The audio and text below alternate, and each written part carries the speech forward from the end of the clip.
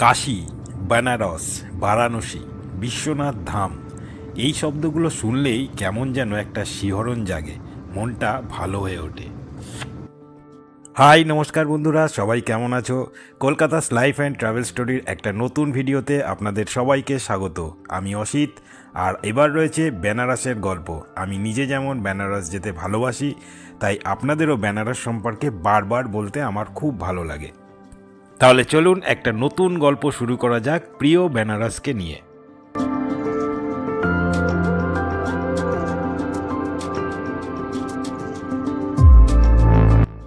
প্রথম ভালোবাসা জাগবে এই বারাণসী রেল স্টেশনকে দেখে।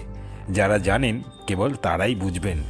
ভারতবর্ষের সমস্ত প্রান্ত থেকেই রেল যোগাযোগে চলে আসতে পারবেন এই বিখ্যাত রেল স্টেশনে, অর্থাৎ বারাণসীতে। আর কলকাতা থেকে 12-13 ঘন্টার মধ্যেই পৌঁছে যাওয়া যাবে এই বারাণসীতে। হাওড়া শিয়ালদা থেকে বেশ কিছু ট্রেন আছে যেগুলো বারাণসীতে ডাইরেক্ট যায়, তার ডিটেলস আমি ডেসক্রিপশনে দিয়ে দেবো, দেখে নেবেন। আবার বারাণসী ভারতবর্ষের যে কোনো প্রান্ত থেকে বাই রোডেও আপনি আসতে পারেন, সে বাসে করেও হোক কিংবা আপনার প্রাইভেট গাড়িতেই হোক।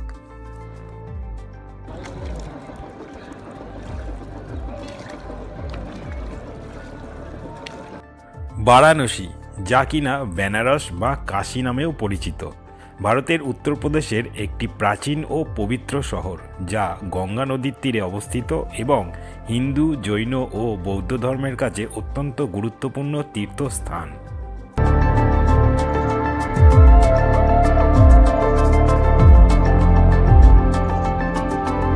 বেনারসকে শিবের নগরীও বলা হয়, আর এই বেনারসে মৃত্যু হলে মোক্ষ লাভ হয় বলেও বিশ্বাস করা হয়।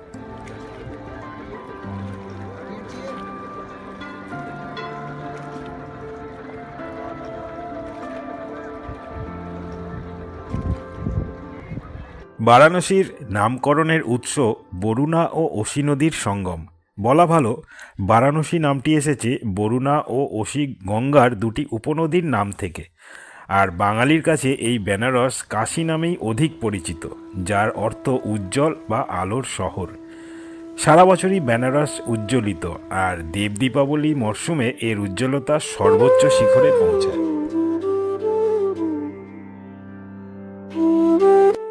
বৌদ্ধদের কাছেও বেনারস অতি গুরুত্বপূর্ণ একটি শহর, কারণ বুদ্ধ তার ধর্মপ্রচার এখান থেকেই শুরু করেছিলেন।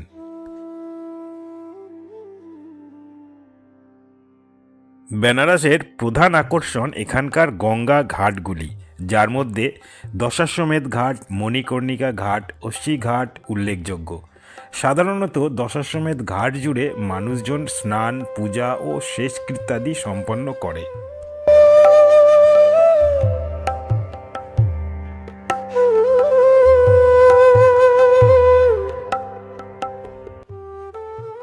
বারাণসী শহর মন্দিরময়, যার মধ্যে বিশ্বনাথ মন্দির সবচেয়ে বিখ্যাত।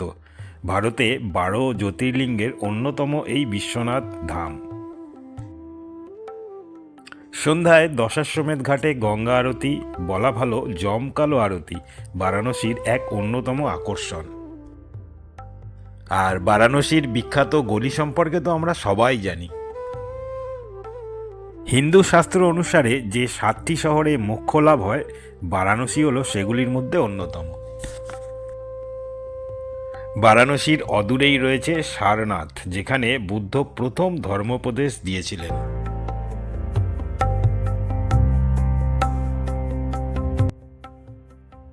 বারাণসীর জীবনযাত্রা গঙ্গা, ধর্ম এবং প্রাচীন ঐতিহ্যকেই কেন্দ্র করে আবর্তিত। এই বারাণসী ভারতীয় সংস্কৃতি ও আধ্যাত্মিকতার এক জীবন্ত কেন্দ্র।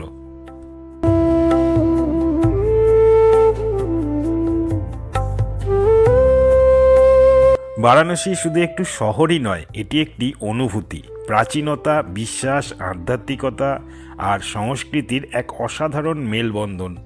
প্রতি বছর লক্ষ লক্ষ পুণ্যার্থী, তীর্থযাত্রী, পর্যটক এখানে এসে ভিড় করেন। সংক্ষেপে বলে রাখি, খ্রিস্টীয় দ্বাদশ শতাব্দীতে মোহাম্মদ ঘুরি বারাণসীর অনেক মন্দির লুণ্ঠন ও ধ্বংস করেছিলেন। তবে অষ্টাদশ শতাব্দীতে এই শহরের মন্দির ও ধর্মীয় প্রতিষ্ঠানগুলি আবার পুনরুজ্জীবিত হয়ে ওঠে।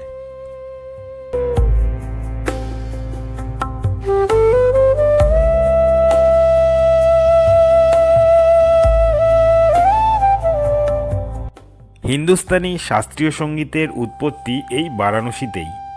এই শহরেই অনেক বিখ্যাত ভারতীয় দার্শনিক, কবি, লেখক ও সঙ্গীতজ্ঞের বাস ছিল। তুলসীদাসের রামচরিতমানস সহ একাধিক বিখ্যাত গ্রন্থ এই শহরেই রচিত হয়েছিল। বারাণসীর সংকটমোচন হনুমান মন্দিরটিকে তুলসীদাসের স্মরণে তুলসী মানস মন্দিরও বলা হয়।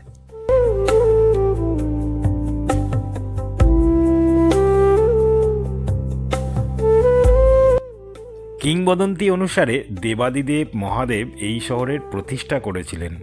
আবার হিন্দু মহাকাব্য মহাভারতের নায়ক পাণ্ডব ভাইয়েরা কুরুক্ষেত্র যুদ্ধে ভাতৃহত্যা ও ব্রহ্মহত্যাজনিত পাপ থেকে উদ্ধার পেতে শিবের খোঁজ করতে করতে এই শহরেই এসে উপস্থিত হয়েছিলেন।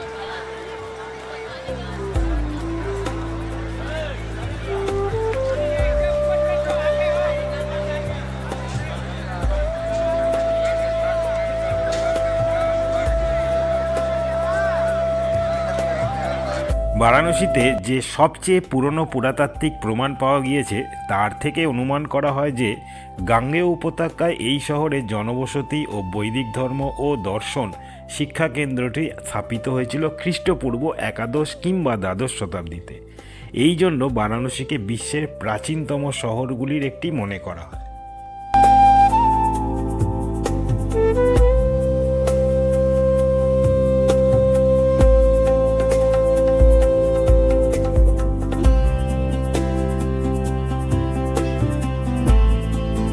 কথায় বলে বারাণসীতে এসে মৃত্যু লাভ যেন মহামোক্ষ লাভ।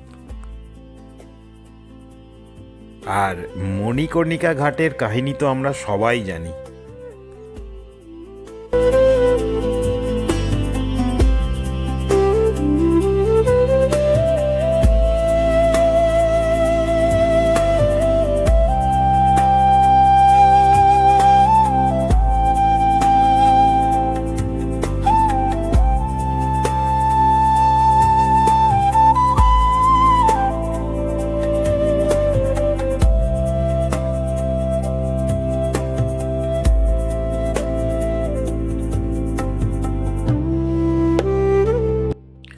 বাবা বিশ্বনাথ মন্দির, অন্নপূর্ণা মায়ের মন্দির, দুর্গা মন্দির, সংকটমোচন মন্দির, কাল ভৈরবী মন্দির সহ অসংখ্য মন্দির নিয়ে বারাণসী শহর মন্দিরময় শহর।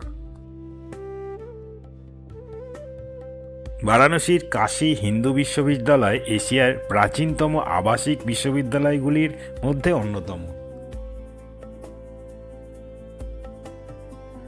আর এই বারাণসীকে মন্দির নগরী, ভারতের পবিত্র নগরী, ভারতের ধর্মীয় রাজধানী, আলোক নগরী, শিক্ষা নগরী ও বিশ্বের প্রাচীনতম জীবন্ত নগরীও বলা হয়ে থাকে।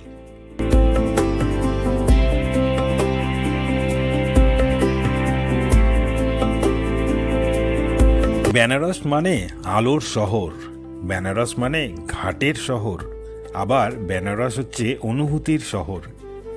মহাদেব পার্বতীর প্রেমের শহরও এই বেনারস। দেব দীপাবলির শহর বলেই জানি আমরা বেনারসকে। আবার সকাল সন্ধ্যায় গঙ্গা আরতির শহর। বেনারস চাট মশলার শহরও বটে। বেনারসি শাড়ির শহর বলাও যেতে পারে, আবার বেনারসি পানের শহরও বলা যায়। বেনারস কিন্তু গলির শহর, গঙ্গা নদীর শহর, আবার খুব সাবধান, বেনারস কিন্তু স্ক্যামেরও শহর। জয় বাবা ফেলুনাথের শহর, সত্যজিৎ রায়ের প্রিয় শহর এই বেনারস। সাধু সন্ন্যাসীর শহর, দ্বাদশ জ্যোতির্লিঙ্গের শহর।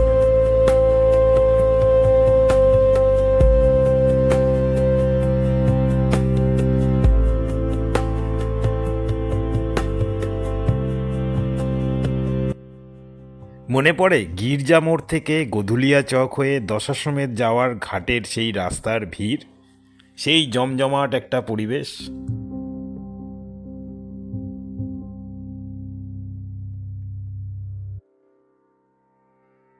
আর এও মনে পড়ে কি গোধুলিয়া চক জুড়ে যে বেনারসের বিখ্যাত খাবারগুলো।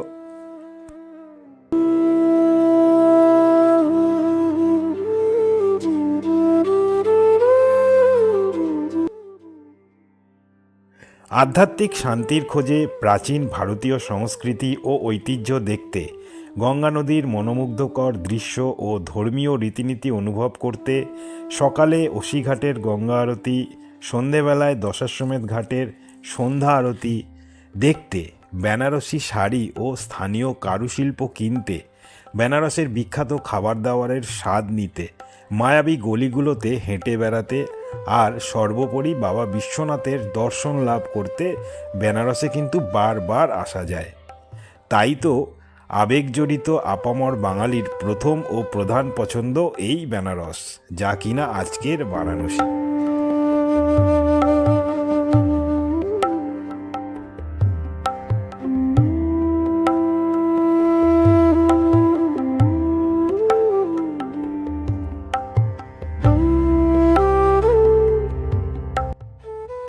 বেনারসে বেশ কিছু ভালো ভালো থাকবার জায়গার হদিশ আমার এই ডেসক্রিপশন বক্সে দিয়ে রাখলাম, সেটাও দেখে নেবেন।